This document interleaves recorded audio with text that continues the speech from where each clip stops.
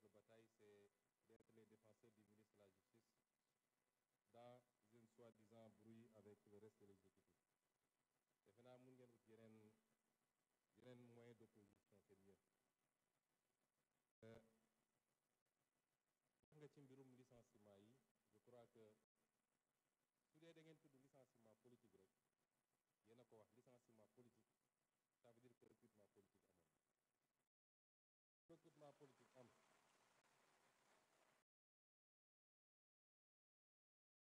ñëw ku politique recruté woon na politique war na laa mën a tudd loolu amul demal ma ñëw mais il se trouve que ce n'est même pas ça. Le problème ministre bi Birame Souleye Diop wax na ko léegi. On vous a donné des arguments techniques. Répondez par rapport à des arguments techniques. nee nga justice il faut mu prononcer wu. kan moo tere justice prononcé wu. Les gens sont libres d'aller en justice pour dire que d'accord mooy sama licenciement et la justice se prononcera. C'est pas un débat jarul ñëw fi assemblée boobu vraiment c'est hors sujet. Ensuite, parler de justice. Vous savez, wax naa léegi je ne sais pas dans ce que j'ai défini nga xam ne lépp ci constitution laa ko jëlee lan mooy le change de régime est-ce que yoo xam nga régime Sénégal. C'est ça. Je rappelle que c'est ça. Vous dites qu'on change de régime. Quand la Constitution change de régime. C'est-à-dire, il faut arrêter d'être aérien. dee leen wax loo xam ne dañ naan 1 plus 1 égale 2 constitution article wax na lii est-ce que mooy nañ ko dee leen dellu si noonu ci politique parce que sinon da ngay ni nekk di lëndëmal askan wi ci wax yoo xam ne amul bopp amul genn. La justice elle doit être rendue. La justice a été discréditée depuis plusieurs années loolu du lu ñuy nëbb lu Sénégal yëpp d'accord la majorité des acteurs de la justice d'accord nañ ci. Magistrats, avocats, greffiers ñëpp d'accord nañu y a un problème kon loolu lu ñuy waxati te ñi yàq justice nitu justice loxo mi ngi ci lenn ci nitu justice yi du ñëpp parce que gis nañ li fi xew ak comment on a instrumentalisé des magistrats ba ñëpp ñaawlu ko loolu am na fi et cette justice là il faut l'aider à se redresser parce que erreur bi sénégalais yi warul def mooy jàpp ni dès lors qu'on a élu le président Bassirou Diomaye Faye le 24 mars mbir mi changé na déedéet y a la volonté de changer la conduite du changement et les résultats yi ñu war a am l'État c'est le même État qui est là les mêmes agents hauts fonctionnaires magistrats etc. loolu c'est pas parce que changé nga président rek que loolu changé na de liggéey la boo xam ne au jour le jour lañ koy def. Ce qu'on appelle l'état profond il est encore là avec ses habitudes te liggéey la boo xam ne du liggéey bu yomb mais la justice am na erreur bi nit ñi di def le peuple a le droit de dire que j'attends c'est le service public de la justice. Pourquoi on peut mettre la pression sur le président sur le premier ministre sur l'Assemblée et le peuple au nom duquel la justice est rendue n'a pas le droit de dire mais j'ai un problème ci sama justice nu muy doxee au nom de quoi? On dit le temps de la justice n'est pas le temps des hommes. Le temps de la justice est le temps des hommes parce que la justice est rendue au nom des hommes. Et en matière de justice, il y a un principe qui est important. La célérité. La justice doit être rendue avec célérité. Ça, c'est un principe fondamental du droit. Mën nañ ci poursuivre sax des magistrats lorsque par leur négligence dossiers yi dafa nekk ba peut-être sax génn ci dugg ci délai de prescription yi. On peut poursuivre disciplinairement des magistrats tey bi ñu jóg ñëwee gars yi def inventaire laaj leen dans les trucs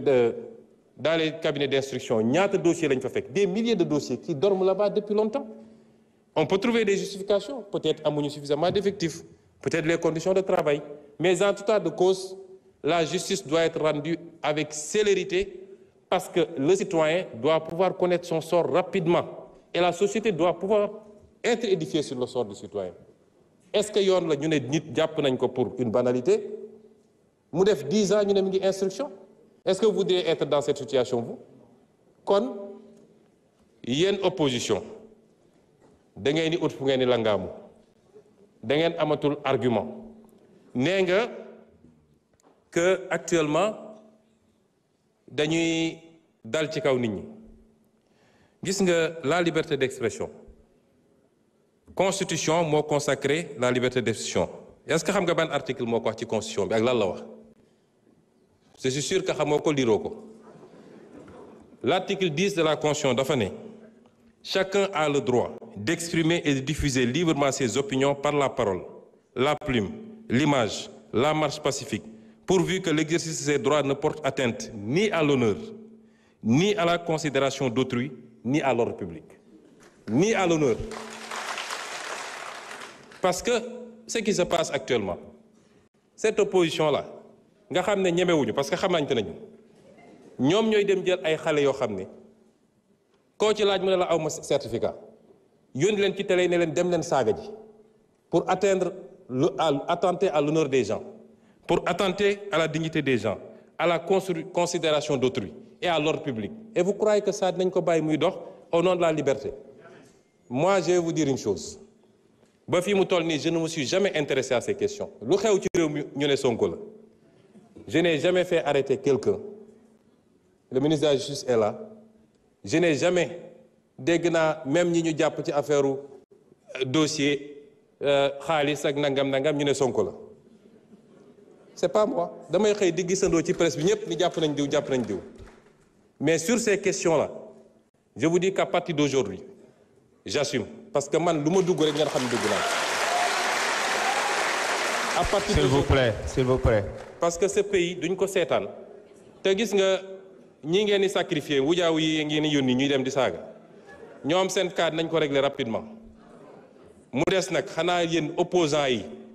ponkal opposants yi nekk seen kër yor seeni milliards di joxe di fay ay loyers pour nit ñi saagal leen xanaa dañu génn ñeme léegi bis bu ñu effacer ñoo ñëpp ils prendront leur courage pour sortir et on les attend parce que nag yéen a ngi woo ci terrain bu ñu xam ñun terrain bu ñu mën ñoo leen ciy xaar ensuite vous citez le cas d'un journaliste des journalistes qui reprennent soi-disant des articles est-ce que xam nga ce que la loi a dit vous êtes journaliste le responsable principal c'est le rédacteur en chef ou le directeur de publication c'est lui le premier responsable tu prends un article tu dis policiers yi ñu bëgg a génne dañ leen fiy génne dama joxe benn misaal dañ leen fiy génne parce que on veut aller prendre des rebelles du FDC remplacer leen ko ngeen ne loolu dañ ko bàyyi mu jàll. Merci beaucoup.